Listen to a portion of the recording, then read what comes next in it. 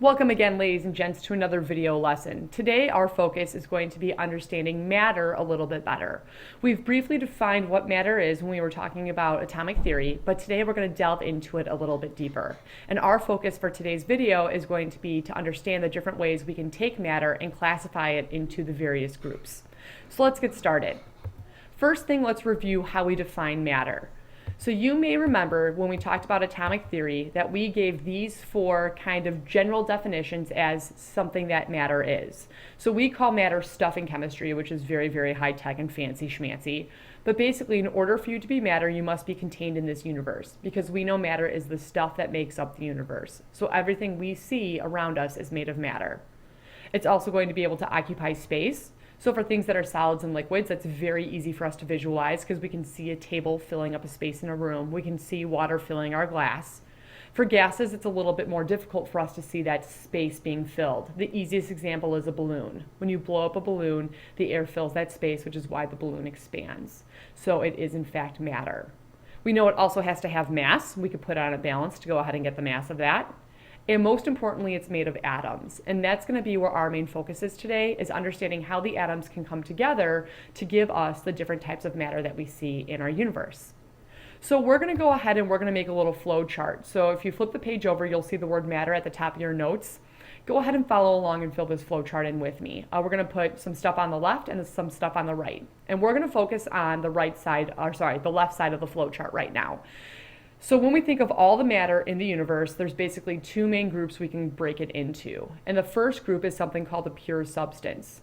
And chemists define a pure substance as one type of substance. And now you may be going, Etnire, what the heck do you mean by pure substance? The example I like to use is the idea of a purebred dog. So if you and your family have ever traveled to a dog breeder, you are purchasing a purebred dog. It may be something like a golden retriever or a lab, or like my husband and I who just got our mini Australian shepherd. That's a type of purebred dog, but also it could be one of those fancy designer dogs like a golden doodle or a labradoodle, or in my sister's case, she has two puggles, which are beagle pug mixes. So a pure substance is going to contain one type of substance. And in chemistry, we don't talk about dogs. In chemistry, we talk about elements, right? So a pure substance can be broken into one of two main categories. You're either going to be a pure substance that's called an element, or you're going to be a pure substance that's called a compound. Now, we've worked with both these words, which is kind of nice, so let's go ahead and give them basic definitions. We know an element is found on the periodic table, so an element is going to be a pure substance that's made of only one type of atom. So what would some examples of pure substances that are elements be? It would be something like some of your metals. So we just did a lab with aluminum last week, so aluminum would be an elemental pure substance.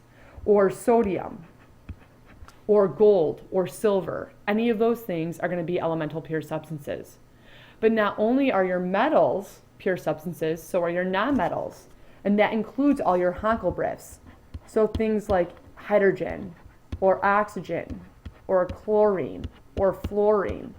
These are still considered elements because they're only one type of atom. Even though there's two H's or two O's or two F's, it doesn't matter. It's still one type of atom. So that's the tricky part about the word element, is you do have to remember that those Hankelbriefs do come into play. So if we go back to our dog example, these would be like our golden retrievers, our Labrador retrievers, our Australian shepherds. These would be the purebred dogs that only contain one breed of dog. A compound is going to be something made of two or more different elements that are chemically combined. And the important part of that definition is the word different elements. So you can have more than two, you could have 3, 4, 5, 6, or 7, but they must be different elements, which is why H2 is considered an element and not a compound, because it's only one type of element present. So compounds are going to be two or more different elements that are chemically combined. So some examples we've worked with already this year would be things like sodium chloride, NaCl, or things like water, or carbon dioxide, or glucose. These are considered compounds because if we look at their chemical formulas, there are more than two types of elements present. There are two different types of elements present. In sodium chloride, we've got Na and Cl. In water, we've got H and O. In glucose, we've got C, H, and O. So these would be things like your designer dogs, like your golden doodles that take a purebred golden and a purebred poodle and breed them together. Or a labradoodle, which is the same thing except with a lab. Or a puggle, which is a pug and a beagle. So a compound is going to be two or more different elements, where an element is only going to be one type of atom. So that's the first way we can classify matter. These are our pure substances. They're either going to be elements or they're going to be compounds. And tomorrow in class we'll do a little bit more practice with that. Now another word we have been using a ton is the word molecule. So we're going to go ahead and take a second to talk about what that word molecule means a little bit more. So in your notes you have a chart that has compound and molecule on the top. Go ahead and find that and fill this in. So we just defined compounds as substances with two or more different types of atoms bonded together. And remember, it's this word different that's super important in this definition. So a compound must have two or more different types of elements bonded together. A molecule is just more than one atom stuck together. So the big difference between these two definitions, when we look at them, compound and molecule, is a compound, you have to have at least two different atoms present, where in a molecule, it can be any two atoms. So if we look at this chart here, this chart contains compounds because carbon monoxide has C and O. Carbon dioxide has C and O. Water has H2O, and hydrogen peroxide is two H's and two O's. So all of these things are compounds because they contain two or more different elements. But they are also considered molecules because if we look at all these examples, they contain more than two, or they contain at least two atoms. So a molecule is just more than one atom stuck together. It doesn't define it as different. It can be any two atoms stuck together. So the big difference is anything that is a compound is automatically going to be a molecule. Okay, so those two things go hand in hand. The difference is not every molecule is going to be a compound. For example, if we look at H2, H2 is a molecule because it has two H's. So by definition, it meets the molecule definition because it's more than one atom stuck together. It's two H's stuck together. However, this is not a compound because it does not meet the different type of atoms criteria. So every compound will be a molecule, but not every molecule will be a compound. So that's just kind of the difference in those two definitions. So a compound has to be two different atoms at least, where a molecule can just be any two atoms stuck together. So we've already talked about this side of the flow chart. Our pure substance side, that's our first type of matter that we can classify something as. So you're either going to be an element or a compound. The second side of our flow chart is going to be where we're going to find something called a mixture. And I like that word mixture because you guys already know what a mixture is. Whenever you've baked something or whenever you've made something at your house, you've made mixtures. So in a mixture, what you're going to do is you're going to take two or more pure substances and you're going to physically mix them together. And this is a very important word here, this word physically. So in a mixture, you're going to take any two substances that are pure and you're going to physically mix them together. So the example I like to use for this is candy. So if I have Skittles and Starburst, which are my pure substances, when I mix them together in a bowl, I have a mixture of my Skittles and my Starburst. So it would be like taking sugar and salt, which are two compounds, and mixing them together to get a sugar-salt combo, which would be disgusting. It's still going to be a mixture because it's going to contain sugar and salt. So a mixture is just taking two or more of your pure substances and physically mixing them together. So let's go ahead and talk about some of the different types of examples that we have in the different types of mixtures we see. So in your notes again, you're going to see a little chart that's going to have heterogeneous and homogeneous. Go ahead and find those so we can fill out the definitions. Now when we look at the word heterogeneous, you guys have seen this prefix before, hetero, in biology. Hetero is going to mean different. So in a heterogeneous mixture, it's going to be a mixture that has regions with different properties.